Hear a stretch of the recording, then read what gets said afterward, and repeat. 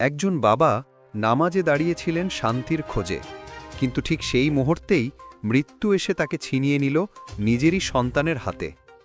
পাবনার চরতারাপুর ইউনিয়নের পুরাতন ভাদুরডাঙ্গি গ্রামে ঘটেছে হৃদয় বিদারক এই ঘটনা। রবিবার রাত ৮টার দিকে মাদকাসক্ত ছেলে মোস্তফা প্রামাণিক কুপিয়ে হত্যা করে তার বাবা নিজাম প্রামাণিককে, যিনি তখন এশার নামাজে সেজদায় ছিলেন। নিহত নিজাম প্রামাণিক ছিলেন এক সাধারণ কৃষক, পরিশ্রমী মানুষ।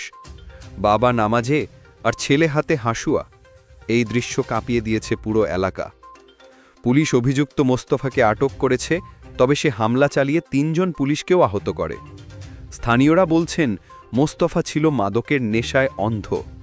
প্রিয় দর্শক, একটা পরিবার, একটা জীবন মাদক ধ্বংস করে দিল মুহূর্তে।